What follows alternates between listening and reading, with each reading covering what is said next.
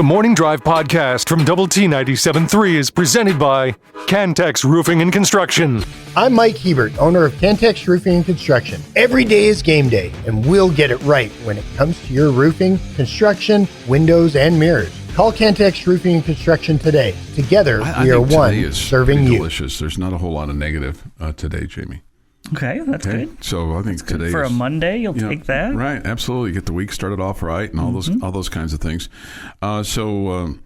Quick trip to Cincinnati may have not been real quick. I mean, it was quick just in terms of the fact that you played Thursday and then a doubleheader on Friday because of weather that was expected to roll into Cincinnati on Saturday. But the Red Raiders get the front end of the doubleheader on Friday, winning 6-5. And that probably took some pressure off just in terms of making it to the Big 12 tournament. And Oklahoma State kind of ended things as well for Arizona a little bit later on that evening.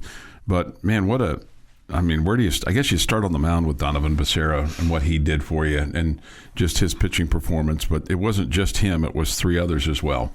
Yeah, technically I think Oklahoma State finished off Arizona before our game. So before – that second game ended, so it was over before the Tex game ended.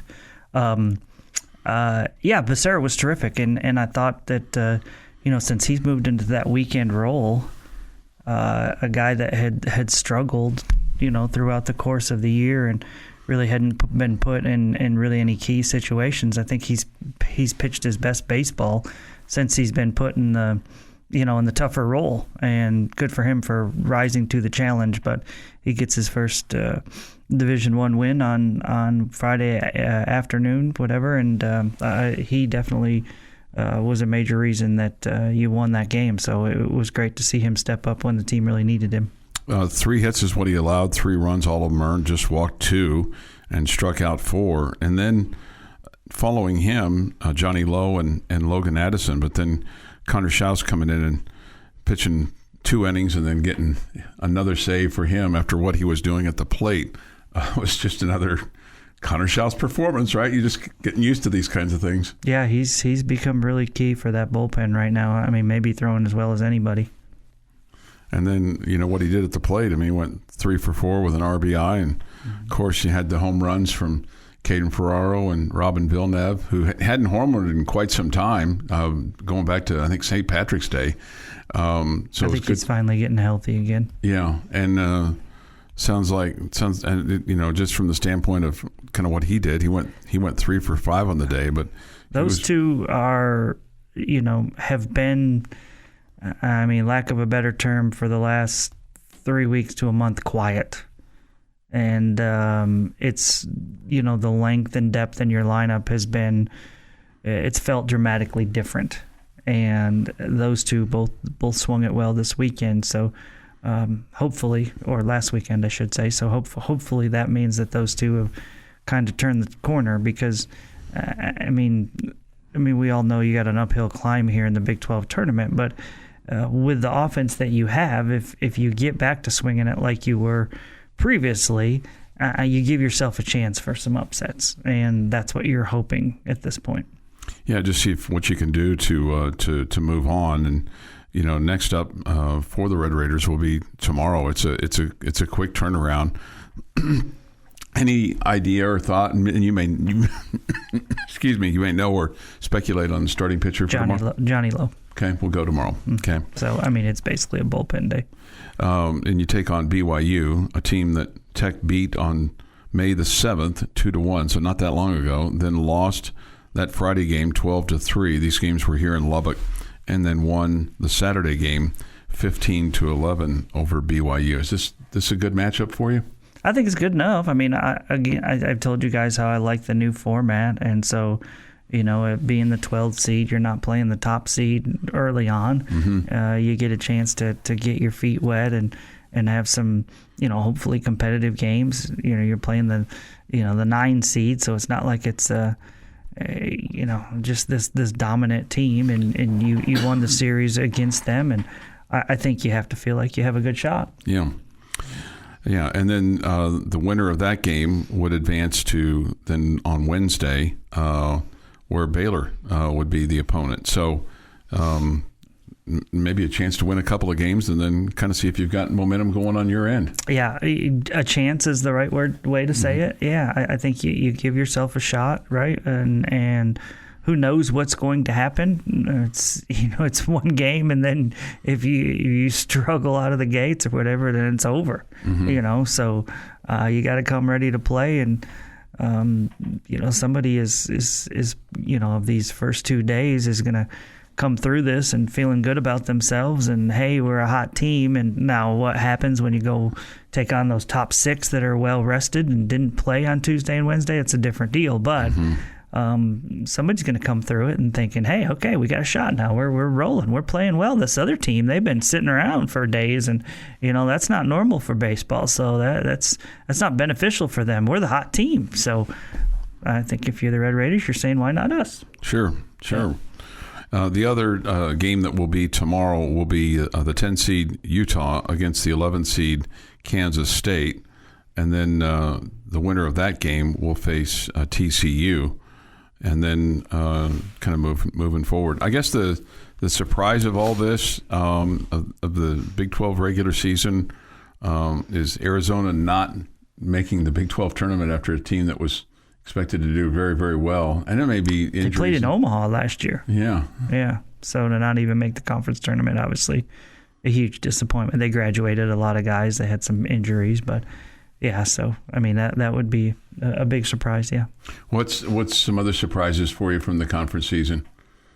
I don't know that I would have picked Kansas to win the conference championship, so that's a little bit of a surprise. I would TCU finishing farther back than I would have picked for them. Texas Tech finishing farther back than I would have picked for them. As far as surprises in a good way, expected West Virginia to be up near the top there. Expected Oklahoma State to be near the top. UCF probably finished higher than I would have picked for them.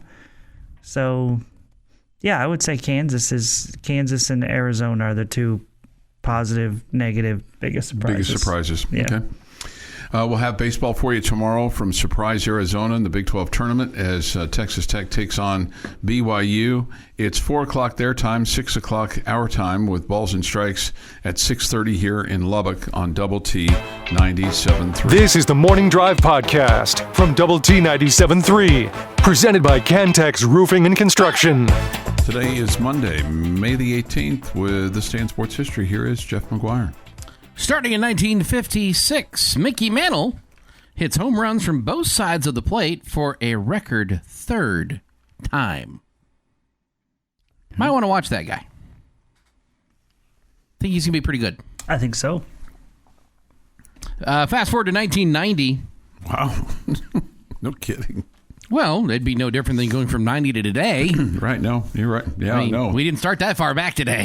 Actually, it would be 2 more years. A little bit. Yeah, that's crazy when you think about it. Chicago Cubs, Ryne Sandberg ends second baseman record 123 errorless game streak.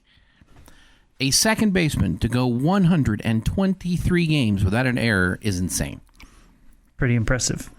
No doubt.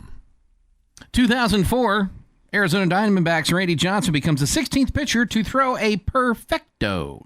This one a 2-0 win against Atlanta. In 2021, nope, I take that back. Let's go for 2014 first because this is going to be more fun. Red Raider track and field team wins its second Big 12 conference title in program history. And so in front of its home crowd at the Terry and Linda Fuller Track and Field Complex. So 2 at 2014, and here we are 12 years later, and combined, they have 20. Mm-hmm. Yeah. Pretty impressive. Yes. That's what you call a really good run. It's called, I think, Dynasty. In 2019... the number 8 Texas Tech baseball team secured its third Big 12 Conference championship in 4 years after earning an 8-4 win over TCU in the regular season finale, with senior Cam Warren collecting 3 hits, Braxton Fulford driving in 4 runs, and the pitching staff combined for 16 strikeouts at Rip Griffin Park. Goodness. And in 2021, Detroit Tigers pitcher Spencer Turnbull no-hits the Seattle Mariners 5-0 at Comerica Park in Detroit. Not going to lie, today, full supporter of. Like 1,000% supporter of. I love Reese's Day. Okay. Combination of chocolate and peanut butter. It's top notch. I don't think anybody will argue too much with you on that. Happy birthday to Chuck Heinz's new favorite artist. George Strait is 74. Tina Fey, 56. Vince Young, 43. Flozell Adams, 51. And Reggie Jackson is 80. 80. Wow. And on this day, 1980, Mount Saint Helens, a volcanic peak in southwestern Washington, suffers a massive eruption, killing 57 people and devastating some 210 square miles of wilderness. On the 18th, Mount Saint Helens was shaken by an earthquake of about a 5.0 magnitude, and the entire north side of the summit began to slide down the mountain. The giant mountain slide of rock and ice, one of the largest recorded in history, was followed and overtaken by an enormous explosion of steam and volcanic gases, which surged past northward along the ground at high speeds. The lateral blast stripped trees from most of the hilltops within 6 miles of the volcano and leveled nearly all the vegetation as far as 12 miles away. Approximately, this is not the exact figure, this is the approximate number, 10 million trees were knocked over by the blast. 10 million. 10 million. And you go there today, you can still tell that it happened. But much like they say in Jurassic Park, life finds a way. Oh, okay. Life finds a way. However, it's also erupted little bits, like 3 times since then, so I don't know that I'm just hanging around that thing. Maybe it's just me. That's this day in sports history. This day in sports history, 6:49 this morning here on the Morning Drive. Good morning, Jamie Lent, Jeff McGuire, and Chuck Heinz. The Cleveland Cavaliers, big winners last night in Game 7 in Detroit, so they advance on to play the New York Knickerbockers. But how about this? Dan Gilbert, who is the owner of the Cleveland Cavaliers, and he's at times taken criticism, especially back in the day for letting LeBron James go, and other times and other things. But much like he did for a game earlier in this series, this time, though, he tripled down and chartered 25 buses for Cleveland fans to go to Detroit to cheer on the team. That's smart. Yeah. So it's not far. It's 169 miles from Cleveland to Detroit. So it's something that they could go game day and then come back, after the game. But man, just to kind of get a little bit of mojo for his team and get some Cavs fans there, and he covered all the expenses for this as well. That's awesome. Yeah, so that's pretty cool. He had cool. For Game 5, he had chartered 8 buses, and that was 400 fans.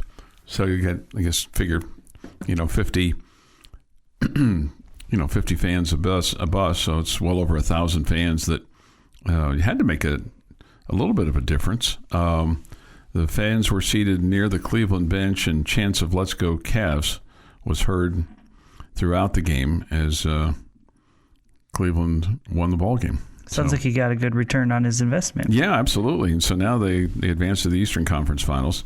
The San Antonio Spurs advance to the Western Conference Finals as well. So they'll take on Oklahoma City. That should be some say that's the finals right there. Okay. Spurs versus Thunder? Yeah, Spurs versus Thunder. What about your Knicks? Well, I say some say. Some say. I mean, the Knicks got to get by Cleveland first.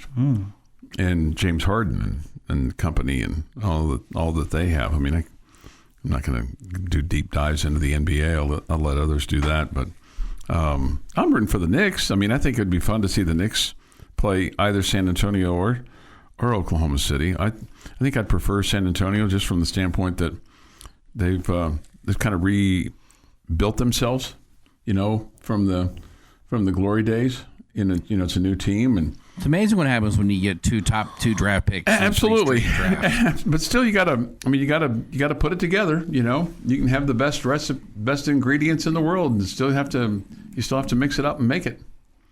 Again, it's amazing what happens when you can get top 3 draft picks in 3 straight years. Right? Are you bitter about that, or no? Okay, You just pointing that out. Amazing what happens. Sure. No. All of a sudden, your roster gets an influx of talent. Who knew? It's definitely the best way to turn things around, and unless you're, going the free agent market and making your team quickly older and more experienced and all that kind of stuff. That you can go that route as well. Kind of like college athletics now. Absolutely. It's not about developing talent. It's about bringing in talent that's ready to go right now. Yeah.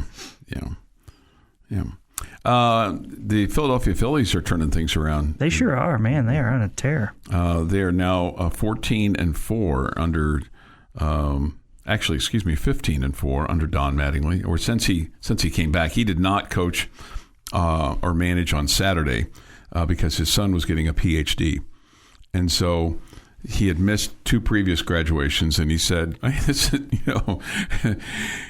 missed the undergrad. I missed the master's. This is my last shot. So he went to see his son get his PhD from Purdue, and Dusty Wathan was the acting manager. So, but how about 15-4? So they're now over 500 for the first time since April the 7th. They're 24-23. So that's a coaching change that you'd have to say has more than worked out. I'm a little confused why you're asking the question. No, I'm not. It was just more of a rhetorical. Okay. It was more rhetorical. I wasn't asking the question. And you just wanted to say things out loud and have no one respond to you? Well, that happens sometimes, or they sometimes respond to me in a manner that I'm not expecting. Mattingly, who knows? Maybe he's considered for the full-time gig. Yeah, maybe so. If it goes that well. This is the Morning Drive Podcast from Double T 97.3, presented by Cantex Roofing and Construction. Good morning with Jamie Lent and Jeff McGuire. I'm Chuck Heinz. We'll have High School Fan Zone on the air for you tonight. Coaches from Estacado, Monterey, Memorial, and Liberty all coming to the First United Bank studio.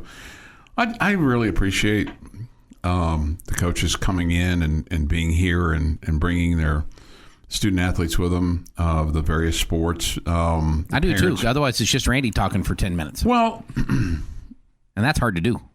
Yeah, I mean, I'm just like I said. I mean, it sometimes takes a little effort to get down here, and especially the time of the day at 6:00, and coming off of practice, and just trying to kind of set the evening up and all those kinds of things. So. And the kids get to come down and be on with Randy Rosetta and their coaches and kind of highlight their sport and their activity and share about their teammates or themselves or accomplishments. And I think it's really cool. So, and it's not an easy task to do when you've got 8 different schools that you're talking about. With Estacado, Monterey, Memorial, and Liberty tonight, and then on Wednesday it'll be Lubbock High, Coronado, Friendship, and Lubbock Cooper, as we head to graduation for a lot of those schools this coming weekend, various times and dates and all that kind of stuff. We'll have the Rangers and the Rockies on the air for you tonight. Rangers salvaged one in Houston yesterday as they took down the Astros. The Astros won the series. They won 2 out of 3.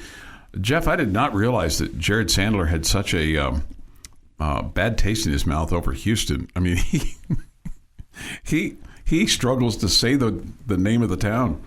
And, yeah. He said we're coming to you from a town in Texas, and then they went to the guys doing the pregame with him, and he said town in Texas, and he said, well, I said a town in Texas because he didn't want to say the word Houston. Uh-huh. He made it even clear. He goes, the best thing about today is we get to leave Houston. Yeah. It's like the rivalry. It's a rivalry or something. Yeah. And the two teams don't like each other. Right. At all. Right. All those like not even a little. So we'll have that, and then we'll have the Astros and the Twins tonight after the High School Fan Zone. We'll join that in progress from Minneapolis. All right, some things here, Jamie, from the Yates Flooring Center chat line off the Double T 97.3 mobile app presented by Happy State Bank. With regard to Tech softball on Saturday, coming from 8 down with 2 outs and 2 strikes.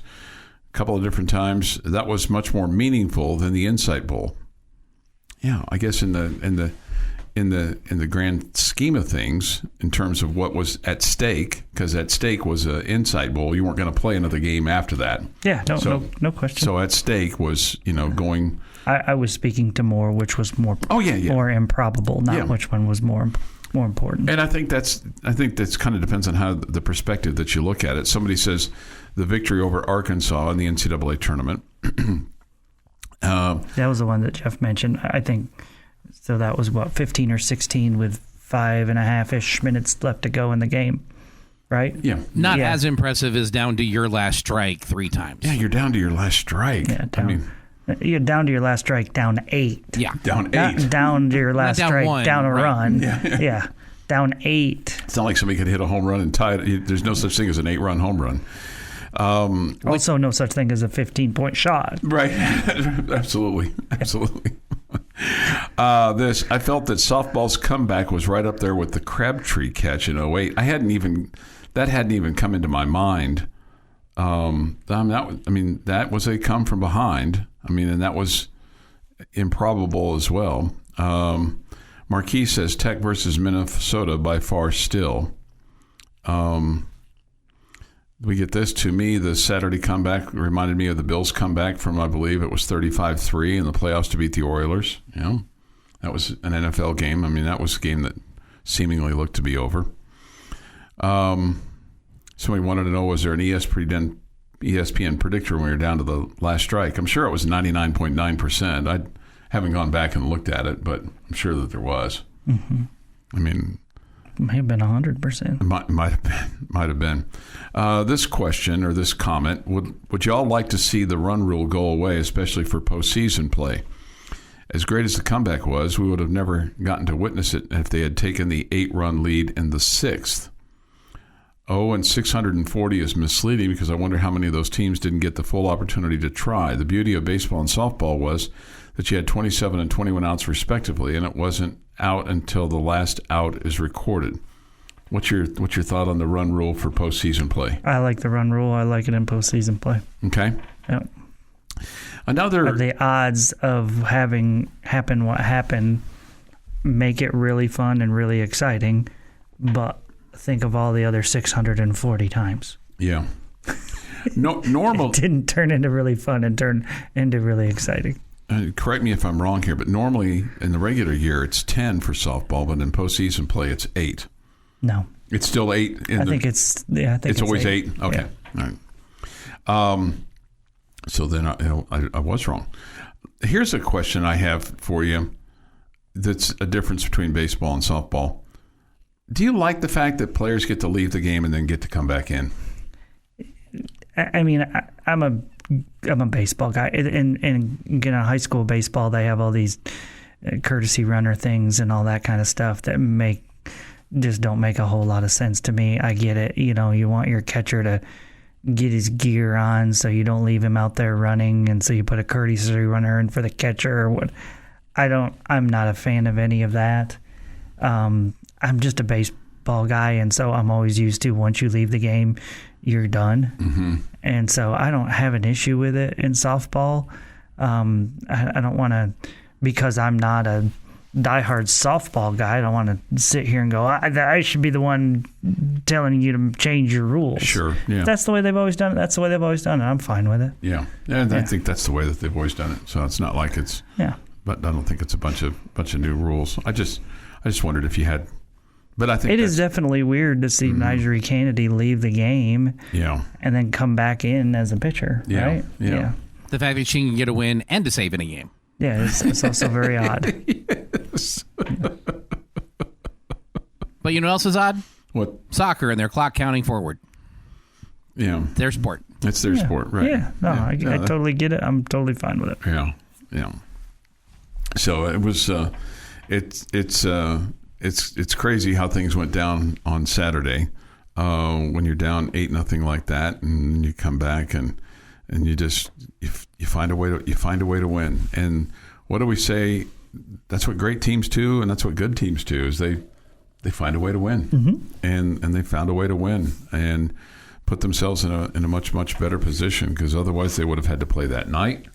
And as it went, as long as your game went and then the next game went, we'd have been playing late into the evening, and then having to come back and win 2 yesterday it's just massive. A massive turn of events within the span of about a half an hour. And I was thinking as I was listening to the game yesterday, because it was about 5 o'clock and the game was going on, and so the game times were roughly about the same from Saturday to Sunday.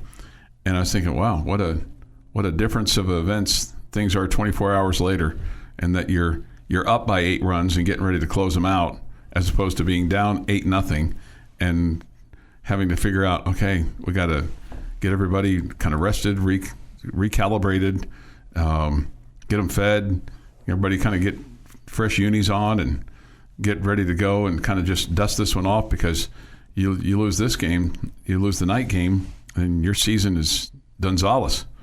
Instead, you just go ahead and say, well, let's just go ahead and score 8 runs here in the 7th inning and get 2 in the 8th and walk it off, and prance our way to Sunday afternoon, which they did, and then they dispatched of Ole Miss and find themselves going to Florida. I think the interesting part to me is I think that all of us Texas Tech fans are like, okay, so here's a regional, okay, we'll blow past this, we won't lose a game, and then we'll go on to the Supers and blah, blah, blah, blah, blah.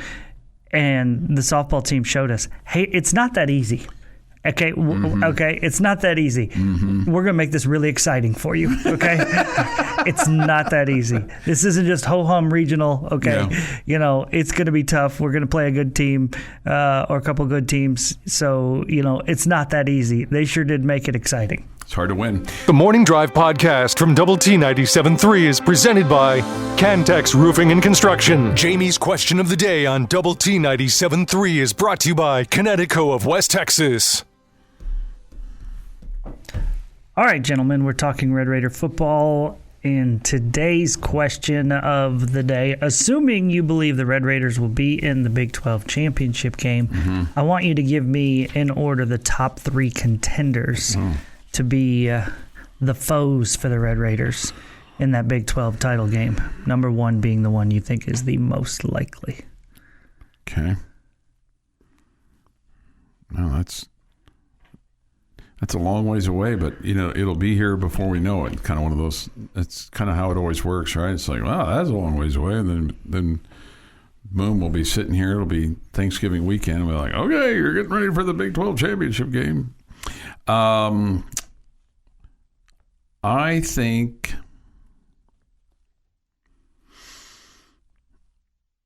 I'm going to say Houston is the most likely. Arizona is the second most likely, and TCU is the third most likely. Okay. We have 2 of the same schools, none in the same spots. Okay.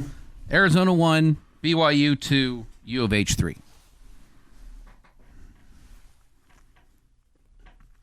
Okay. I probably should have included BYU, but You're fine.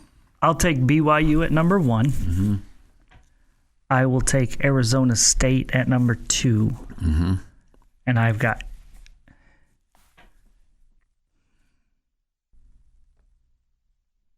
going to go Utah 3. Okay. If you had said 4 teams, Utah would have been my 4th. Yeah, I'm not in the camp of trusting Houston yet. Okay. Yeah. Obviously, they come to Lubbock and get a Friday night W. That would change things dramatically. Why would you put that out in the world? Yeah, well, we were having a fine Monday until you brought that up. Well, look, anything's possible, and especially when you don't know who your quarterback's going to be for week 3. In fact, you really don't know who. I bet Joey McGuire does. Think he knows who he is week 1? I bet he knows. Yeah. Who he's planning on starting. Yeah. Yeah, you're probably right about that. I think you're probably right about that. I have a hard time thinking that it's not going to be Kirk Francis. Okay. For week 3? Yeah. Yeah. What does Joey love more than anything else when it comes to starting quarterback? Division I experience. Mm-hmm. I was going to say one that's healthy. We'll start with that one that's healthy, because if he were 100% healthy, you'd have Will Hammond. But who knows? With Division I experience. Well, in the Big 12. He's got some. Yep. He's got some. Yeah, no question. What do you think the rest of the Big 12 looks at Texas Tech now and says they're vulnerable because of the quarterback situation? Or do you think the rest of the Big 12 looks at Texas Tech kind of like we do and go, that roster is still really, really stout? I mean, it's going to be a really hard out. A little both. Yeah. Little of both. I bet they feel like that we're not quite the giant that they were, a few weeks ago before the news came out. And at the same time, they probably say, yeah, but they're still really talented. Mm-hmm. I think the head coaches go from, okay, cool, we don't have to score 28 points against that defense. Now we have to score 20 against that defense to win. That'll be fun.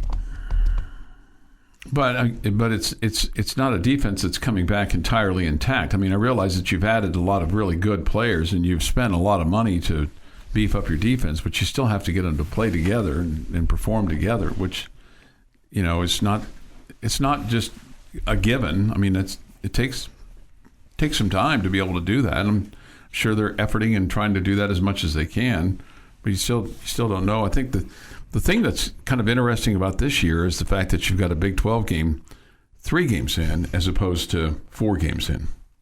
But maybe you're set by then.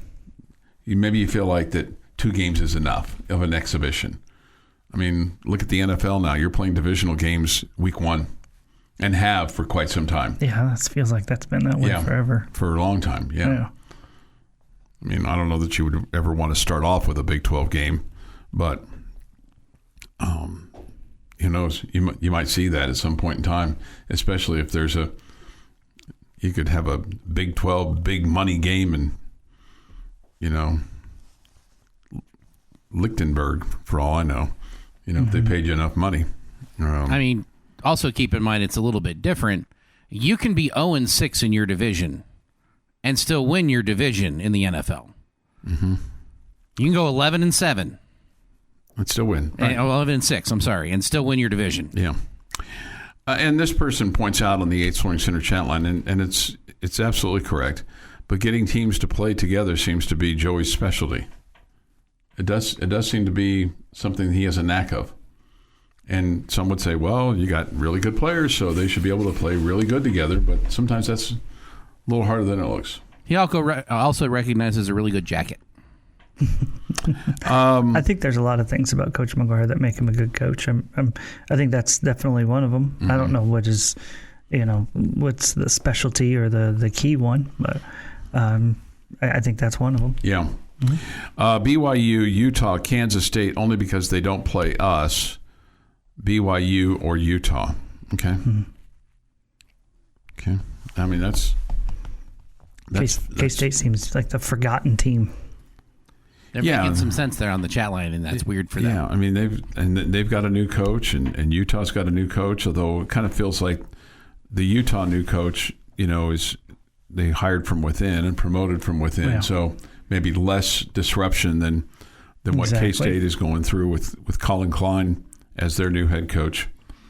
And, maybe TCU's not all it, but, I mean, certainly Sonny Dykes got something to prove that he can not just inherit a team and win, but build a team and win at TCU. I mean, and some would say, well, he won 9 games last year, Chuck. Well, I get that.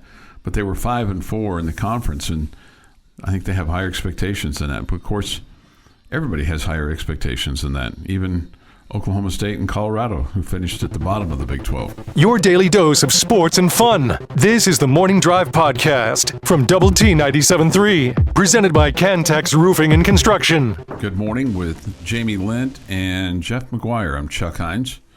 Great to have you with us today on the Morning Drive. We come to you from the First United Bank studio. We'll take your thoughts and comments on the Yates Flooring Center chat line. Visual Edge IT hotline at 2 is open. Mr. B writes in, I'd like to meet Mr. B someday. Seems like a good dude. He does, and up to date and smart and intelligent, and has good, I think, opinions. I don't have any problem with really anybody's opinions. Some are a little more curious than others, but I'm sure that people say that about mine as well. Today's kids are just faster and stronger these days with regards to. I was talking about the track and Malachi Snow and his time and the time for the women's 100-meter hurdles from Forbes. He said the state track meet was this past weekend, and a kid from Winsboro ran a 10.2 in the 100, then turned around later on and ran a 22 in the 200. I don't know which is more impressive. The 22 and the 200, that means you're beating your 10.2 in the 100 on one of those hundreds. Okay? Mm-hmm. Or you go 10.1, 10.1. And I don't know how it went, but I mean, still, that's pretty impressive. That was on Friday. Then Saturday, a kid ran a 19.8 in the 200. These kids are something else. That from Mr. B. Yeah, I think that's accurate, that these kids are something else. Yeah. I mean, sometimes you say, that kid is something else. And then sometimes you say, wow, that kid is something else. I'm sure you've... Something talented or impressive is what it is. Yeah, right. Yeah. See, I always got that kid is something else. Right, no. In a very not positive way. I think I still get some of that, I'm not called a kid anymore. Oh, no, I'm not called a kid anymore. I'm called other things. This is, I think, a cynical, negative comment here. How have the Big 12 individual champs done at the NCAA championships? Just curious. I don't think that's negative. Well, to me, it insinuates that winning the Big 12 is one thing, but winning that they don't go on and win at the next level. It's possible with that means. Yeah. That's what it means, but it also may be that they're just wondering. Yeah. Yeah. I don't know why you... Well, I just kind of felt like that was a shot.